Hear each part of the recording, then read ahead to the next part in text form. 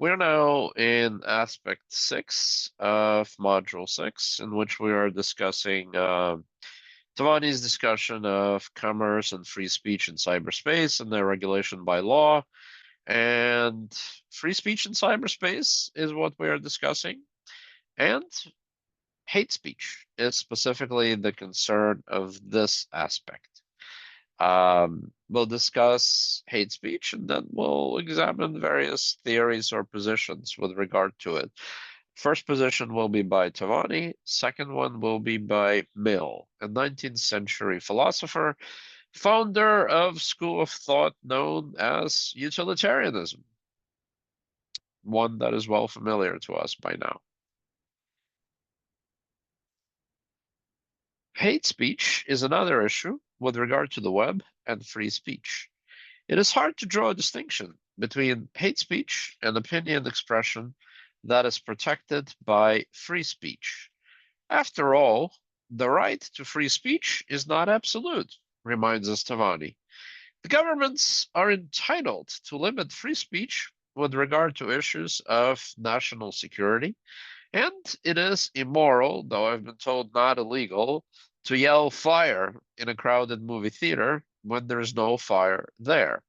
Extreme cases of what is and is not hate speech that should be censored are easy to see, but the in-between cases are murky. Some people argue that all hate speech should be censored, removed, or limited from access on moral, political, or other grounds, while others argue that all pornography should be censored. The insinuation here is that probably some pornography should not be censored, and probably some hate speech should not be censored. Perhaps. Uh, it's for us to consider. Tavani does not dig into whether all hate speech should be censored. He focuses on the speech that causes physical harm and argues that it is immoral and should be made illegal. The examples he gives are that of tutorials for how to build bombs at home and also tutorials for how to execute child abductions. Can these things be found on YouTube? Perhaps. Tavani also admits that the category is broader than just the straightforward speech that causes harm, and mentions that there is speech that is inherently biased toward causing physical harm. Bomb building and abduction tutorials are examples of it for Tavani. But what about KKK's statements of its beliefs and doctrines? Is that speech inherently biased toward causing physical harm, so that it should be censored in our liberal democratic society? Tavani does not look at that question or go into sufficient depth that would allow us to have a discussion about it. He does, however, think that we should consider whether we think that publishing by anti-abortion groups of addresses of doctors who perform abortions should be censored.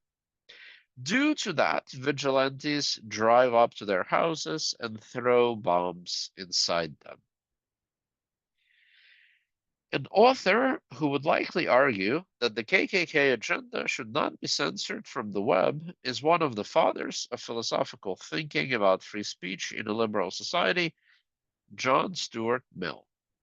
Mill wrote in the 19th century England and wrote that it is best that even extreme and wrong opinions are not censored, so that the public can be exposed to the full absurdity of such views in public debate, and so that everyone can learn from that. Mill argues that censorship can be abused very quickly, and that greater harm would come to the public from such abuse, and the public being deprived of relevant information, than from the harm of our not censoring extreme opinions. At the same time, Mill would distinguish between the discussion of hateful attitudes and even of violence on the basis of such attitudes. By those who hold those views, he would distinguish it from instigation of violence on the basis of that speech. So the fundamental distinction that Mill would make is that between discussion of hateful attitudes and even violence, as opposed to instigation of violence on the basis of those speeches. Instigations of violence should indeed be censored and punished, argued Mill. Of course, where the line is between the discussion of violence by KKK and the instigation of violence by KKK is hard to tell. In such cases, US law takes it that that difference is best known by consequences in retrospect, by backward-looking punishment rather than by forward-looking censorship.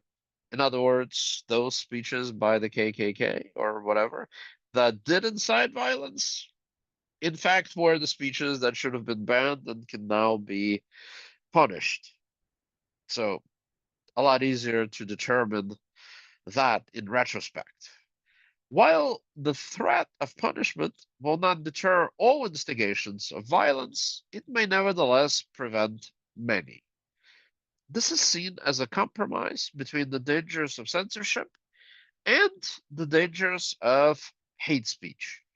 On the other hand, Mill himself offers an example of what he takes to be an instigation of violence.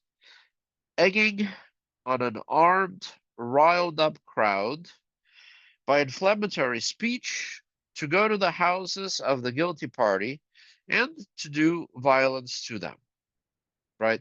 There's already a riled up crowd ready to do violence, and then if you give the speech, you're clearly instigating it. Most anything short of that, presumably according to Mill, would be a mere discussion of violence and not an instigation of it. But back to Tavani. An easy example of the practical side of hate speech regulation is that of Germany. All speech referencing any racial hierarchy in any way is outlawed there in the wake of WW2, World War II. Of course, they still have problems with hate speech that comes in from foreign ISPs.